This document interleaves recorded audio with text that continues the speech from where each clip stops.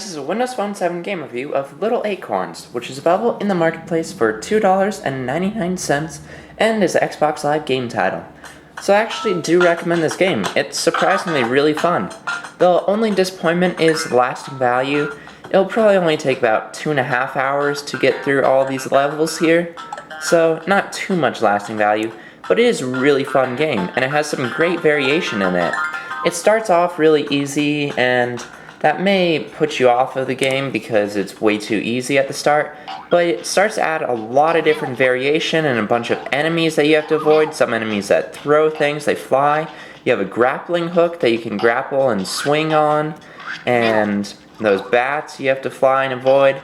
And you can actually die later in the game too, because they introduce water, which apparently you can't survive in water. So once you fall in the water, you're dead. So that does keep the game more exciting. And these grappling hooks are really fun and satisfying to use, and feels a lot like Little Big Planet practically. They added the grappling hook in Little Big Planet 2, and grappling hooks are a great idea. They're really fun to use, and the game handles really well. The controls are really great, and the gameplay, you play it by, you have to collect all the acorns in the level in order to open the door. And once you collect all those, you can go to the door, or it also opens up all these different fruits that you can collect. And if you collect all 5 of those in each level, then you get an extra uniform. There's also power-ups like invincibility, those time boosts there, so you can get up to there, use your swinging, and get a big swing, grab some extra time there. There's moving platforms, pretty much everything you'd expect from a game. And there's the water I was talking about, so you'd have to use the grappling hook to swing over that. And crap, I was looking at the camera and missed it. So that's an example of the gameplay, and there actually are snow levels too. There's summer, autumn, winter. The sound effects in the game are great, the music is great, so overall it's a really great game. And at the end of each collection, there's 4 collection of levels.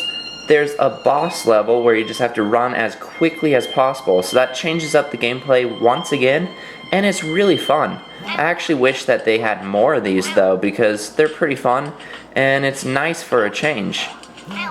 So actually I got behind the boss and screwed up, but that's your boss levels, and it'd actually be nice if they had more of those instead of just 4 of them, because they're really fun.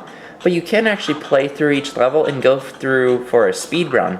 And as you can see, some of these I collected all the fruit, that's what those red ones mean.